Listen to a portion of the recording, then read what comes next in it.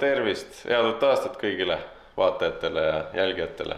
Oleme siin eesruumis, siin on natukene teistmoodi kõik asjad. Kõigepealt siis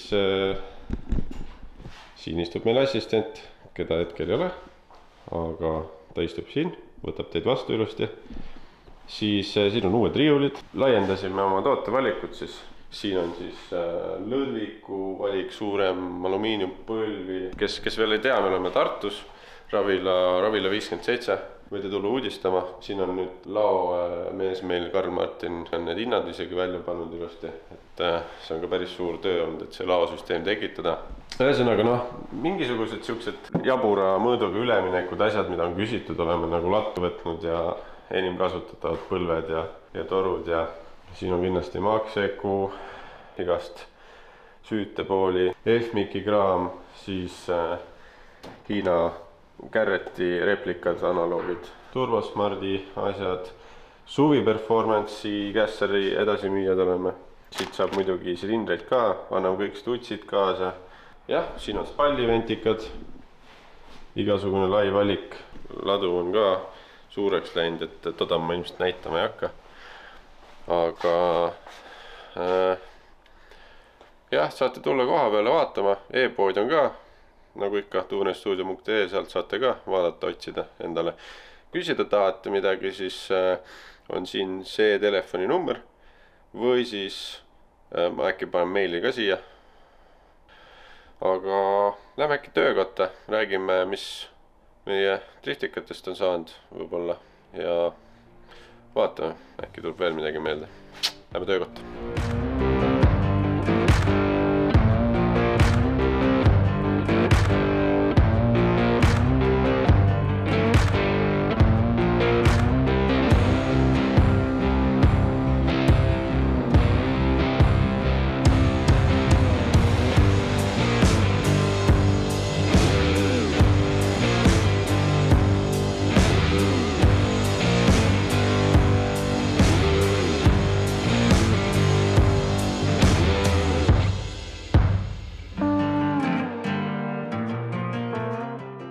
Ma alustan ilmselt Rainis autost, sellest on kõige lihtsam alustada, see on kõige huvitavam auto meil, eks ju.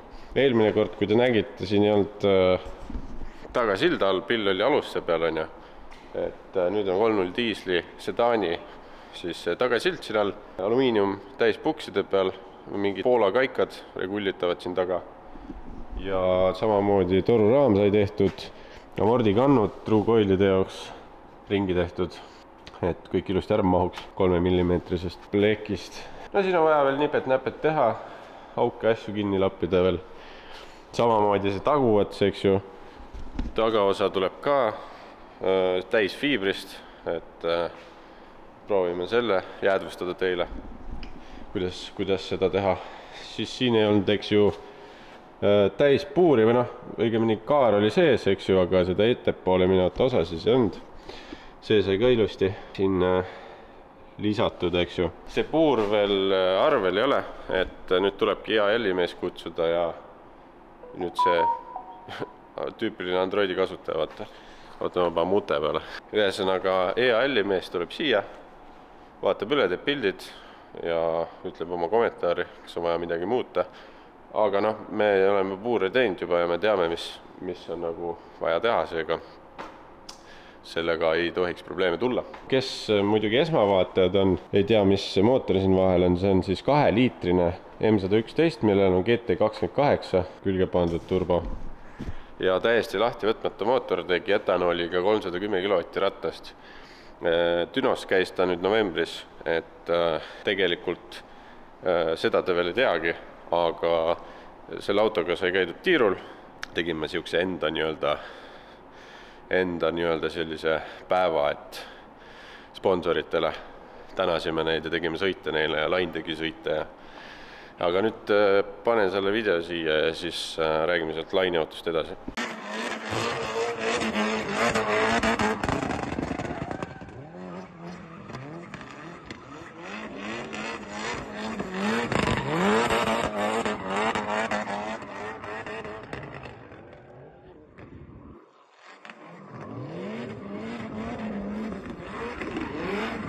siin on siis lainiauto, Kalle ja Talle pill, välja arvatud siis Kehala viimane etapp, kus roolivõimepump andis saba lihtsalt. Ja muus osas ei olegi, aga üks probleem on olnud terve hooaeg. Seesama see kõrvalistujapoolne tagumine ratas, see siis on eest vaadanud nagu lahku, et proovin selle vea parandada. Ja lain tegelikult tõi uue tagasilla, see on seal nurgas. Paneme selle alla, sest et me oleme proovinud sillast enda ja kõik, et see ratas see pool paika saada ja lihtsalt ei saa paika seda. Et ühesõnaga vaatame, äkki saame sellele ka lahenduse. Mis veel selgus? Siin see on mootori kinnitus ja polt on täitsa lahti tulnud. Et nüüd muidugi seda sõidu ajal tunda ei olnud, sest et V8 on nii stabiilne, vaata. Muus osas vist oli muretu. Et ilmselt nendest upgrade'idest ja kõigest räägime nagu tulevates videotes. Aga siin on veel üks auto. See on siis minu E36, mida ma olen siin aastaid ja aastaid üritanud juba vaikselt komplekteerida.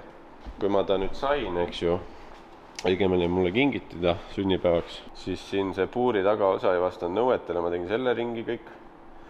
Ja nagu näete, siis see sai ka siin värske värviga kaetud just eelmine aasta, see on siis nüüd nii-öelda siis nädal tagasi põhimõtteliselt.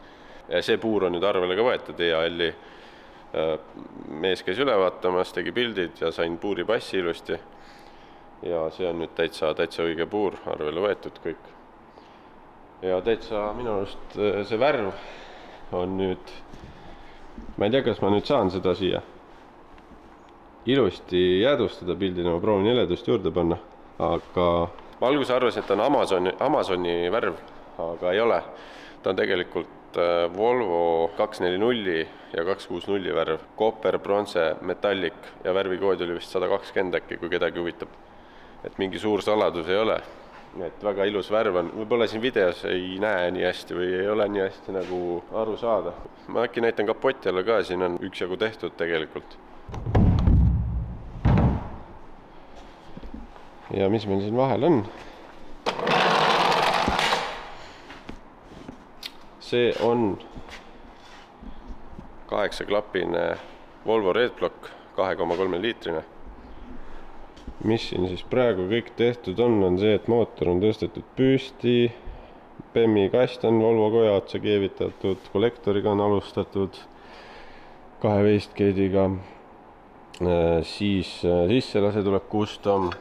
See tükk on muidugi Rootsist tellitud, siit plenumi osa tuleb uus. Soonrihm tuleb siia kiirrihma asemel, PEM-i kenekas tuleb siia, roolivõimepump tuleb elektriline. Siin on jah, juba põhimõtteliselt mootor on nagu paigas, nüüd tuleb ta siit vahelt ära võtta, ilusti kõik tihendid ja asjad ära vahetada, ära värvida ilusti. Et teha on oma jagu, et proovin ka nagu jäädustada seda kõik, et aga selline video see sai. Uus merch on väljas, ilusad punased pusad, mustad, uus disain.